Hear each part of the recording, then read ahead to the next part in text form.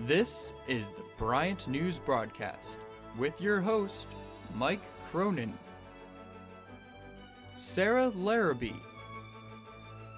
Dan Janis with the weather, and Brian Walsh with sports. And now, your Bryant News Broadcast.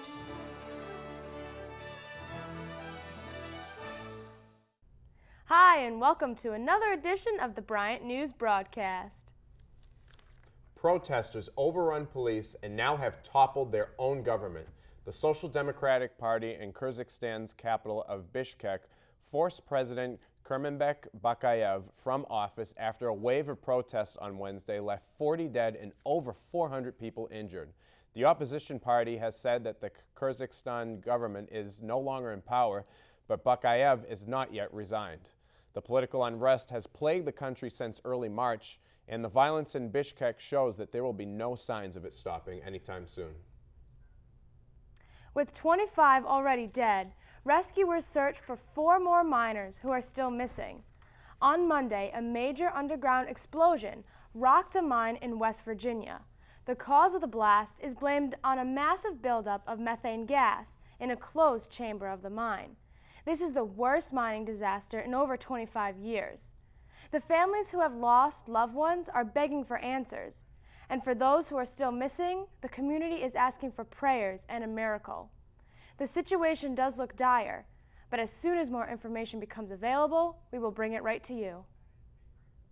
Of course, it's just such a terrible situation over in West Virginia. Yeah. I mean, it's got to be so sad, especially for the families, knowing that their loved ones are still trapped. Yeah, there's a lot of heart-wrenching stories about people who are supposed to retire. A whole family, three members of one family were knocked out. I mean, my prayers go out to them, certainly. Yeah, absolutely, so. yeah. All right, now here's Dan Janis with a look at our weather.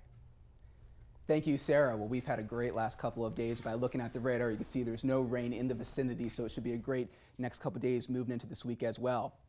And taking a look at this week's weather, we'll have sunny skies and highs in the mid-70s through Friday. On Friday, we'll be hit with a day of rain and cooler temperatures as we see the chance of precipitation at 70%. Moving into the weekend, though, we're back to our spring-like weather with temperatures in the mid to high 60s and mostly sunny skies. On Wednesday, April 7th, we reached an astonishing 89 degrees here in Smithfield, Rhode Island. This broke the previous record set that day in 1991 when we hit 86 degrees. The average high for this time of year is only 55 degrees. Now, this weather is a favorite among many, but we also have to watch out for what it may create in the months to come. Warmer water temperatures result in more hurricanes, and with Rhode Island not receiving one since 1955, there may be an increased chance of getting one this year. Hopefully we won't, Mike, but, you know, got to cross your fingers. But it's been a while, so it seems like we're due for a hurricane. Possibly. I know, yeah. Well, I read today that scientists are predicting that this coming season, at the end of the year, we're going to see a lot of hurricanes. Yeah, we're going to see a little bit more than usual, so hopefully one of them won't, you know, head up our way north, but just have to see. Yeah, we'll see as time goes on. Okay, we're going to turn it over to Brian now in sports. Thank you, Mike. The NCAA men's basketball tournament could be expanded to a field of 96, and the tournament of 65 we just saw may be our last. So remember it while you can. The reason for this? Money to schools, and the money in which networks as well as college basketball would make from this. The 96-team tournament would also eliminate the NIT, and teams that had their bubble popped will make it in. In this system, there is an old saying that don't fix it if it ain't broken. The system we have now is just fine. Expanding it to 96 teams would just make things more complicated than they already are. Sure, most schools will feel happiness of being in, but the quality of the games will diminish. A 16 seed now cannot beat a number 1 seed as it is now. With the 96 teams, there is no way a 24 seed will have a shot at beating a 1 or even a 2 seed. And also, they believe that the top 34 teams should get a bye. What is the NCAA thinking? This tournament is special. Almost now, some say it's magical, and it's what makes March March. With this system, getting in the tournament will not feel as special as it did before, and it will lose its value as well as the fans if you change this system. While the madness of March is over, now we move into spring. And as sports fans, we all know what that means. Baseball.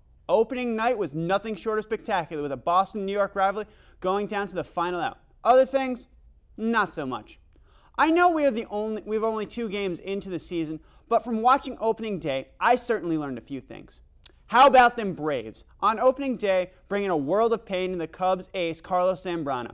Zambrano made a promise last season to control his temper and not knock over water coolers. But anyways, after getting rattled on opening day, giving up 8 runs in 1 1/3 innings of work, manager Lou Piniella was ready to knock over the cooler himself.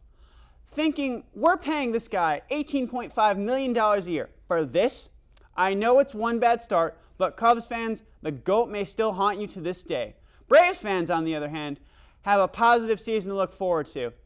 After watching rookie phenom Jason Hayward blast a 3-run shot in his first at-bat, Chipper Jones, third baseman for the Braves, said it was one of the first career highlights for him.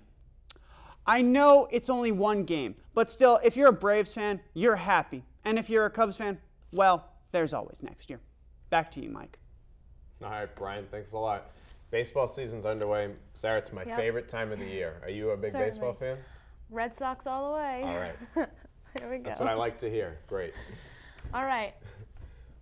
The flood has passed, but the effects are still taking a toll here in Rhode Island. Flooded basements and stores have been affecting thousands of Rhode Islanders, and now 3 bridges may need to be replaced statewide. Transportation officials say that the Douglas Avenue Bridge in North Providence, the Laurel Hill Avenue Bridge in West Coventry, and the Natick Bridge in West Warwick have suffered severe damage from the floods. It's hard to say how long it'll take to replace them, but it is estimated that it could take anywhere from a couple months to a year. Do you have $500 to throw away? Well, a group of teenage boys did when they bought a brand new Apple iPad and then spent only minutes smashing it to pieces. The video was broadcast to YouTube, and so far, over 1 million viewers have watched the 2-minute clip of $500 going down the drain. However, they said they love Apple and Steve Jobs, and that this was purely done for the fun and joy of destroying a very expensive piece of equipment. There is no doubt that they have become YouTube legends, but now they are out $500. Now, why would they do that? You watch the video and you can say the same thing. Yeah. But they were really having some fun smashing that iPad with the baseball bat. Well, they're paying for it now, aren't they? I guess they are. So now here's the Bryant update. The search for a new Vice President of Academic Affairs is over. Bryant University President Ronald Makeley has appointed Dr. Josie Marie Griffiths of the University of North Carolina. She will succeed the current VP, VK Uni, who has served Bryant for over 11 years.